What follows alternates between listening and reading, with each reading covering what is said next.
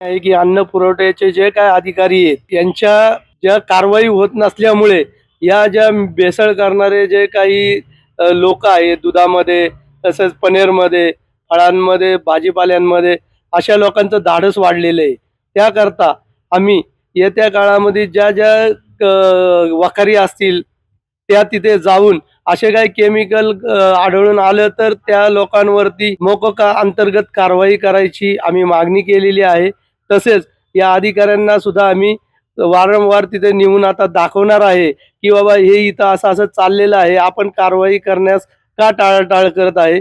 कारण आम्हाला असं समजत आहे, की त्यांना कुठेतरी त्यांचा हप्ता चालू असल्यामुळे ते तिथे कारवाई करायला कुठेतरी कमी पडत आहे.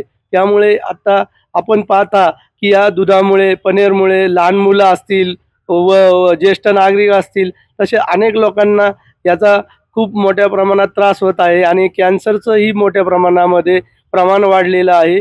तर हे कुठेतरी थांबवण्याकरता आता ठोस आम्ही पावलं उचलून अधिकाऱ्यांना सुद्धा याची दखल घ्यायला लावणार आहे. येत्या काळात जर अधिकाऱ्यांनी कडक कारवाया जर केल्या नाही, तर आम्ही याच्यावरती मोठ्या प्रमाणात आंदोलन करणार आहे. रोकठोक महाराष्ट्राला सबस्क्राईब करा आणि बेल आयकॉनवर क्लिक करायला विसरू नका.